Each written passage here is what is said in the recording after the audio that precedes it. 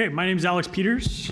I'm the co-founder and co-CEO of Prodigy Game. And if you haven't heard of Prodigy, we make a math game. Kind of looks like Pokemon. It's used by about 7 million students every single month. And on its surface, it's very, very simple. Kids go in, create their own character, and get in these math battles where they need to answer math questions in order to progress. In our game, unlike a Pokemon game, students are given math questions based on how they are learning. So as they go in and play the game, we get a better understanding of what their previous history is with our product and what we should be asking them next. And on the surface, that looks quite simple, but in our game, we actually get students answering about 130 million math questions per week, and we use all of that information to try to personalize. On screen, you see a question, pretty simple one. I think it's from about grade 2, but it's one of over 1,400 skills within our product. And so we've decomposed the grade 1 through 8 curriculum into 1,400 separate skills, and then we try to figure out on the fly for millions of students what the next question should be. Should it be in the same skill? Should it be slightly easier? Do they have any chance of answering that question? And so the reason that we're trying to do that is we're trying to shape that child's experience. We're trying to make sure that they learn at the fastest rate possible, in the most personalized way, in a way that they're going to stick with the program and continue learning. So a few pieces of information that we're trying to figure out is, what does the child currently know?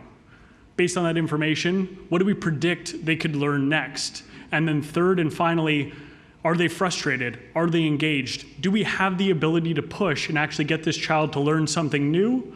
Or do we have to back off the difficulty because they're frustrated, and therefore if we push too hard, they're going to disengage? That first question is relatively easy. The second two are extremely challenging.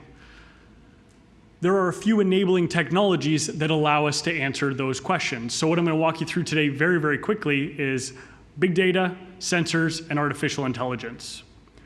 First and foremost, I personally, having kind of listened to some of the other speeches, I'm much more on the technology enthusiast side. It may be my age, it may be naivete, I might not even be saying that word correctly, but in general, it may just be youthful exuberance. But one of the big powers of things like data is the ability to test content.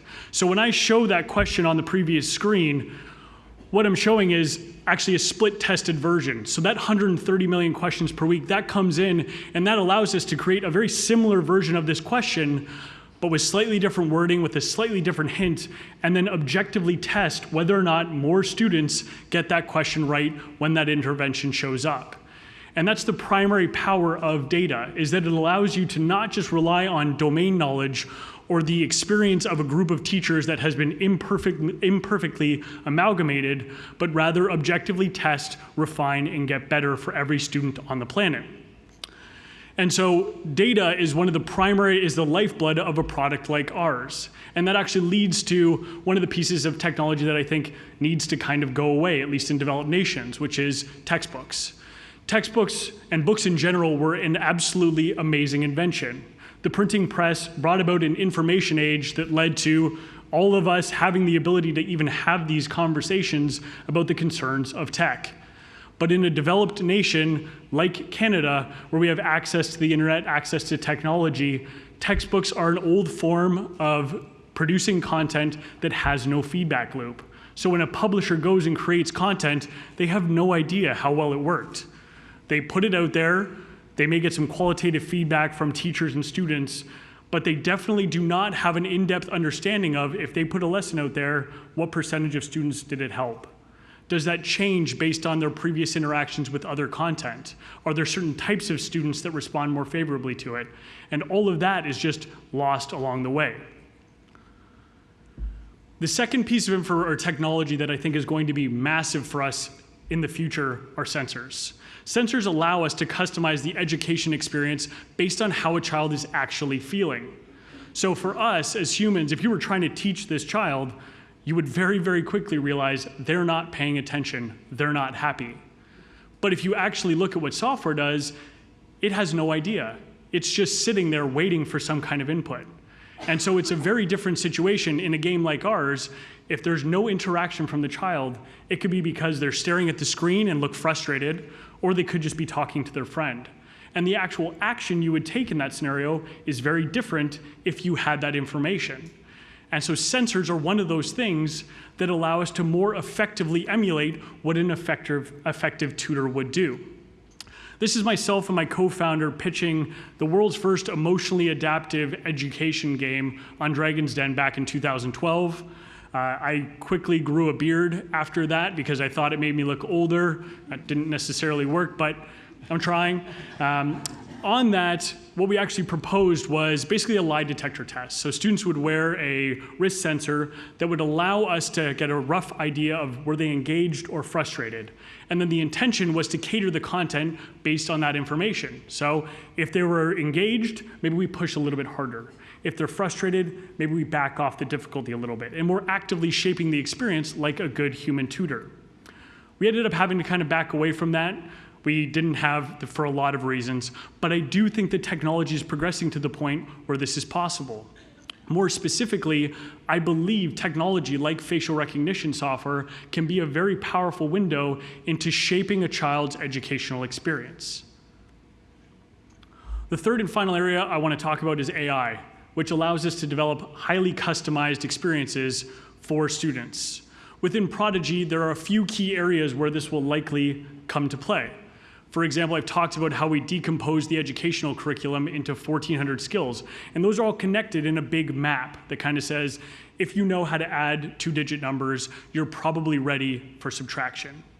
But that's an expert system. We used teachers to help put that together, and they come with their own biases, and that hasn't been split tested to see, is that actually true? If you learn how to add 2-digit numbers, how ready on average are you for subtraction? Is there another skill that you should learn in between before you'd be more ready for that particular skill? And so by using big data, that enables you to start customizing and moving beyond expert systems, which were a very early implementation of AI, and into more advanced implementations of it. All right. I do, despite my exuberance, understand that technology does have its downsides. There's been some allusions to some of the problems that people have had with technology. Facebook is a very, very poignant example of not necessarily giving users enough understanding of the data that was being collected, not even necessarily about them, but also their friends when they signed up for apps, and that data then intentionally being misused for very real-world consequences like influencing elections. I do understand that we absolutely need to be very, very careful with this technology. And so I'm not suggesting that this is something that we can just throw technology at and it's going to work. What I am suggesting is that we need to actively work with educators, teachers, parents around the world to make sure that we capture this educational progress in a way that people understand what it is that they're actively consenting to and are okay with whatever trade-off is necessary. In everything that I'm describing, I'm picturing a world where there aren't actually active trade-offs, but you do need to make sure that people understand what it is they're consenting to and then can decide for themselves. The reason that I believe that this is important is that I consider education to be a basic human right, and all three of these technologies have the ability to bring education to more students around the world.